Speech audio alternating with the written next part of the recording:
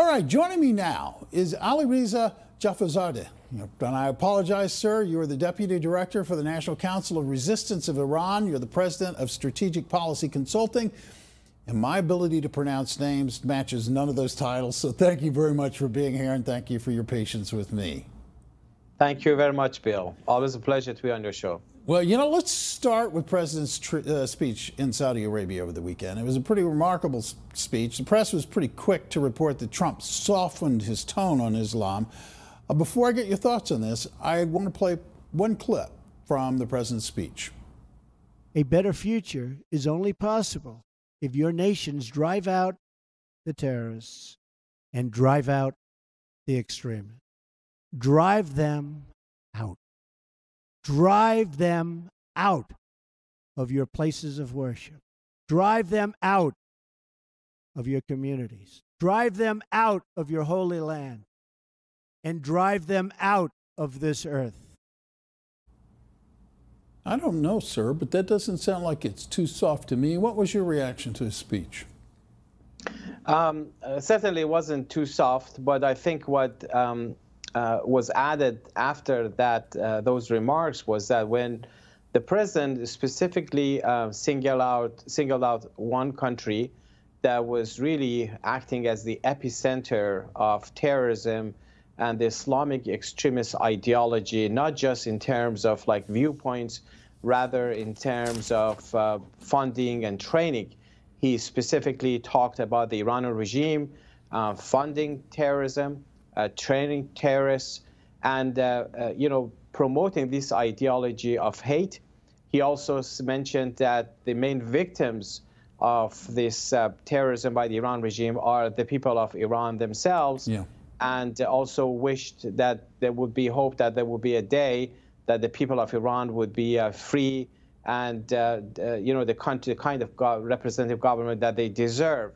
And I think it was a very important statement because he recognized that unless you really confront the source of terrorism, and unless you can have the Muslims themselves in a unified way to isolate the terrorists and the Islamic extremists, and unless certain actions take place, this is not ever going to happen. And definitely this was a very good start. You are correct. And for those who didn't hear it yesterday, he called it a wicked ideology, this extremism within Islam, which is, I thought, pretty strong and damning in terms of the situation. I want to get your reaction to what he appears to be trying to do. It's been referred to as an Arab NATO, which is really a way of saying he's trying to bring together the Arab states in some sort of unified fashion that would exclude Iran. And you are in a unique position to talk about that and whether it would be effective or not. What are your thoughts on what appear to be President Trump's actions in the Middle East? Well, certainly it's very important to form the unity among those nations because, the Iranian regime since the 1979 revolution, they have claimed that they have the mantle to the whole Islamic world. They are the ones who dominate all of them, that they are the ones who should be leading them. And to some certain extent, they were successful in terms of sending arms and troops and training and promoting this whole ideology of Islamic extremism, recruiting individuals, whether Shiites or Sunni, doesn't matter. They were the ones who were behind the Hezbollah in Lebanon. They were the ones who were behind the Sunni Hamas and the Shiite militias in Iraq, what's happening in Syria, generally basically sponsored and continued as a result of the Iran regime's funding and training. They have about 70,000 forces under their command in Syria, which is even larger than the Syrian own army, Assad's own army of about 50,000. So it's extremely important, A, for the Muslim nations themselves to isolate Iran, which is the main source of instability and chaos, which it had actually started since a couple of years ago. And now this particular summit, the Arab Islamic, U.S. American Summit, was important because it unified the voices, and then has the backing of the President of the United States, the government of the United States. And then they came up with some specific actions, plans, like the formation of 30,000 plus of their own army of fighting terrorism, creating some centers.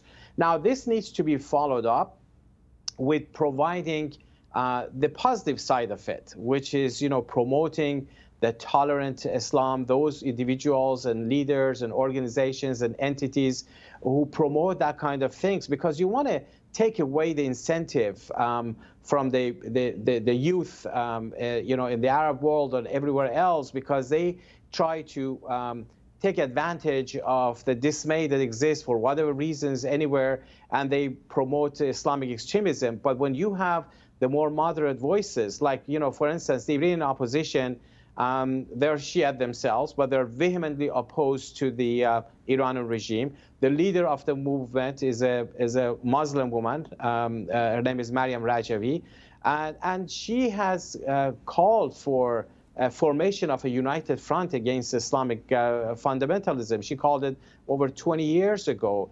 And therefore, when you have the element of those who are promoting moderate voices within Islam, playing a major role, they should be the faces and the voices of the religion rather than these Islamic extremists. This way you offer an alternative to the Muslim population. Otherwise, they would be recruited by these extremists, as we've seen recently. Let me ask you, we only have a couple of minutes left here, but I want to ask you about the possibility of the resistance within Iran, a cause which you are a leader in. I spoke to the former Israeli ambassador to the United States yesterday, Rouhani, and he believes that within Iran there is a resistance that can rise up. I am less optimistic because, let's be real, this is a dictatorship, this is a totalitarian government. You probably disagree with me. Give me a reason why we should believe you can ultimately prevail.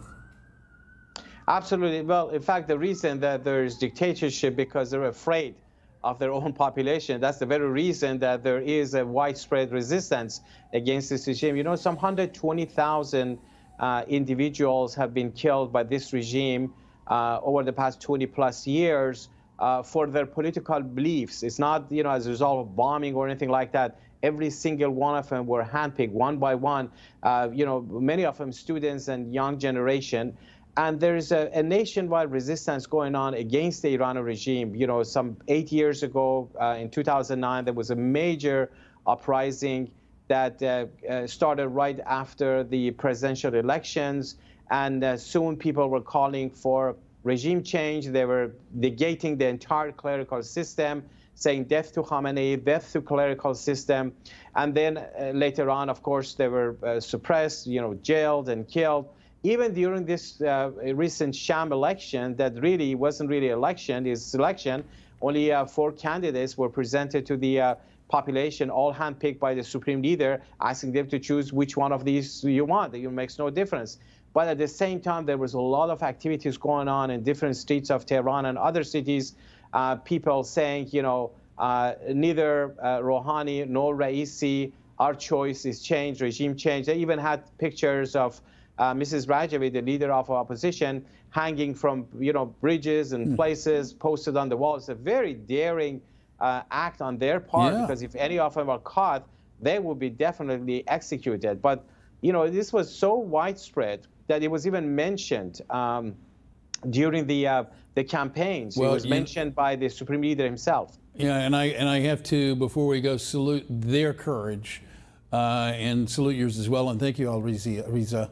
We really appreciate you taking the time to be with us. Thanks. Thank you so much, Bill. Appreciate having me on your show. Appreciate it. Anytime.